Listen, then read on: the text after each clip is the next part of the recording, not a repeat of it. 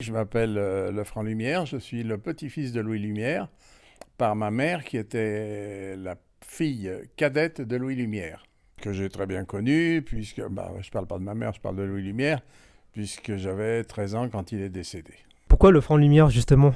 Eh bien parce que ma mère s'appelait Lumière quand elle était jeune fille, ensuite elle s'est mariée, elle s'est appelée Lefranc, et moi j'avais aucune raison de renier mon père sous prétexte que le nom de ma mère était plus prestigieux. Donc j'ai gardé les deux. Et tous les petits-enfants descendants de Louis Lumière étaient dans le même cas.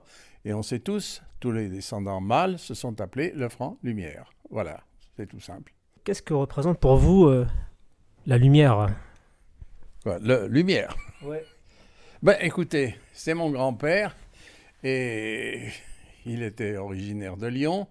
Et je me suis aperçu que sa mémoire était en train de disparaître. Il n'y a pas que moi d'ailleurs qui était en train de le réaliser. Oui. Thierry Frémaux, qui est le directeur général de l'Institut Lumière à Lyon, l'a réalisé avant moi. Et il a fait beaucoup pour relever la mémoire des frères Lumière. Parce qu'elle tombe petit à petit dans l'oubli. Oui. Et c'est dommage. Qu'est-ce que vous pouvez nous raconter justement sur l'histoire des Lumières, des frères Lumière? Il y a beaucoup à dire.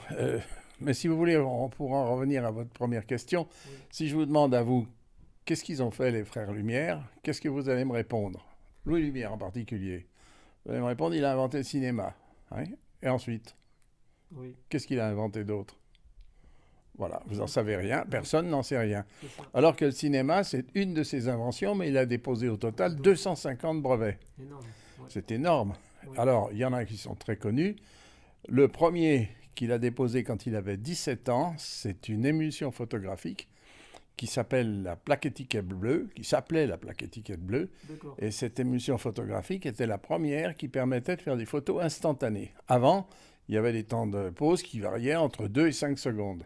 D'accord. Lui, il a inventé cette émulsion à 17 ans et ça permettait de faire des photos au 5e, voire au 100e de seconde.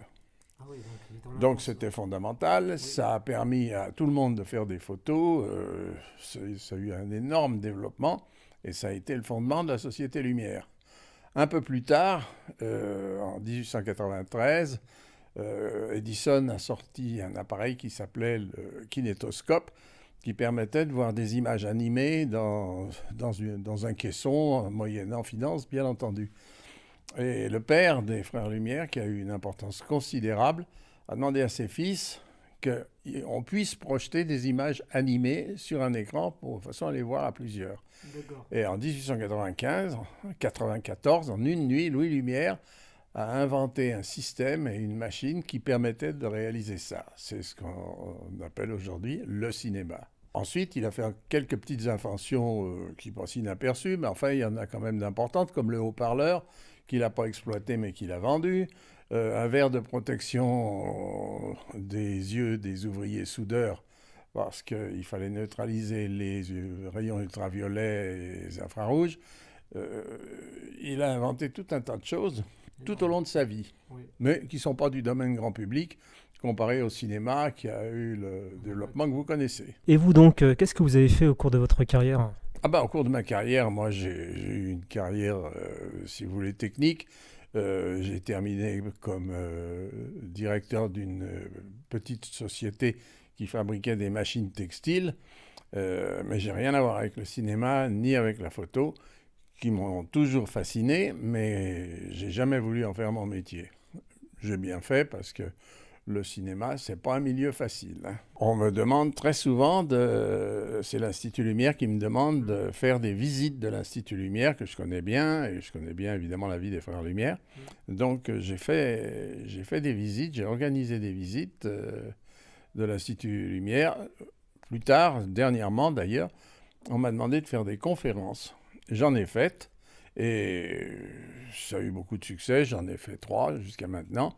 Chaque fois, il y avait 200 personnes et c'était très, très bien accueilli. Donc, je continue. J'en ai une en octobre à Charbonnières. J'en ai une autre, je ne sais plus où, mais enfin, je l'ai marquée.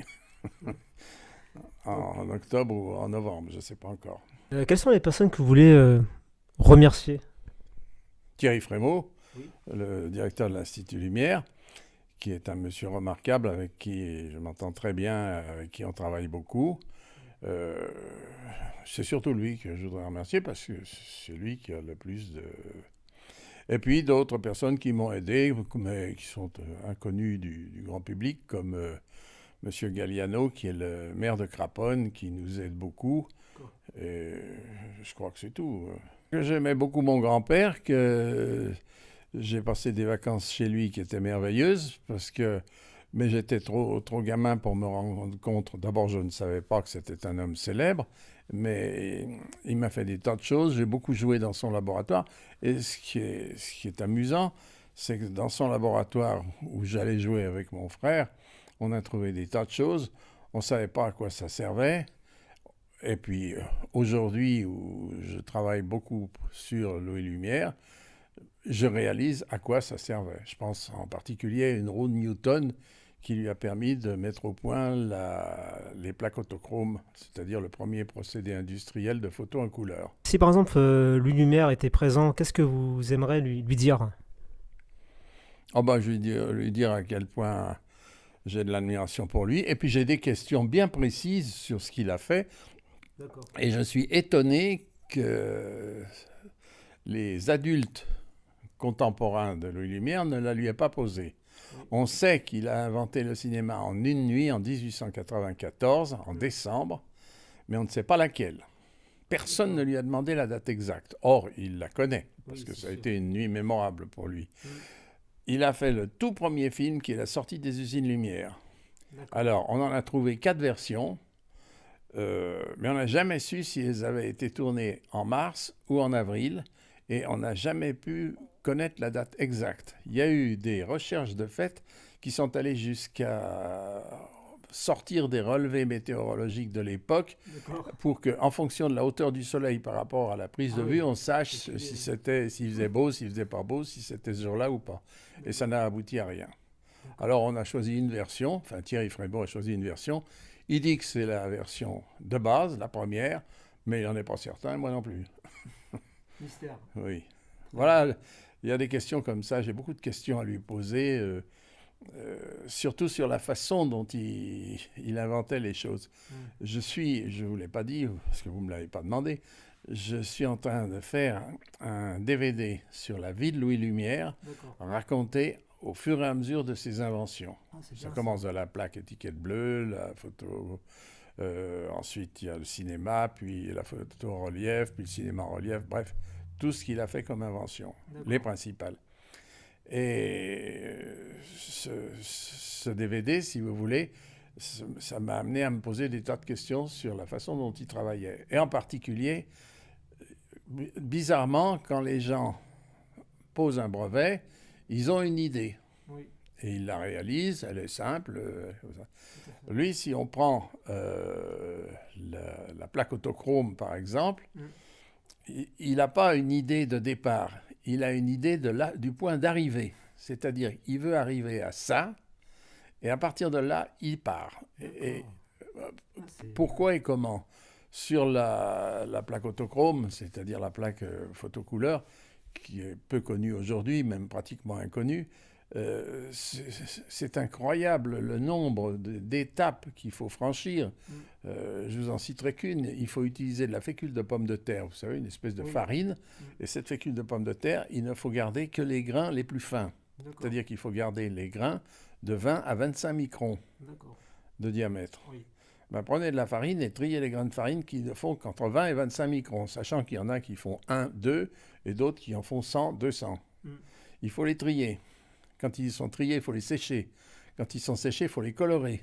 Quand ils sont colorés, il faut les mélanger. Un tiers, un tiers, un tiers. Mais pas un tiers de chaque couleur. Il faut un certain pourcentage de vert, de rouge et de bleu. Comment il a fait? Oui. Et c'est là, je vous ai parlé de la roue de Newton. Je me revois enfant avoir vu cette roue avec des secteurs colorés. Je me demandais à quoi ça pouvait bien servir. Oui. Quand je suis allé à la faculté, on m'a parlé de la roue de Newton en optique. Bon, j'ai repensé à ça, je me suis dit, oui, mais pourquoi est-ce qu'il avait besoin d'une roue de Newton? Et quand j'ai vu ce qu'il fallait qu'il fasse pour la plaque étiquette bleue, pour la plaque autochrome, j'ai compris comment il avait trouvé les proportions exactes des 3 couleurs à mélanger. C'est énorme. Alors voilà le genre de questions que j'aurais aimé lui poser. Je lui ai dit, pourquoi est-ce que tu es parti de la fin et par quelle étape est-ce que tu as procédé? Est-ce que tu as procédé étape par étape ou est-ce que tu les as toutes recherchées d'un coup? Ça, Ce qui n'était pas possible, à mon avis. Il fallait le faire étape par étape. Je pense, ouais. D'abord le tri de la fécule, ensuite la coloration de la fécule. Il faut le colorer, mais avec des colorants qui ne se déposent pas sur le grain, mais qui pénètrent le grain. Bon. Et il faut qu'il soit du rouge, du vert et du bleu. Et ensuite, il faut trouver les proportions pour les mélanger, de façon à obtenir des couleurs qui soient très proches de la réalité. Il y est parvenu. Et tout le monde s'accorde à dire que les plaques autochromes, on n'a jamais fait mieux en photocouleur. Même aujourd'hui avec des appareils qui font 10 millions de pixels.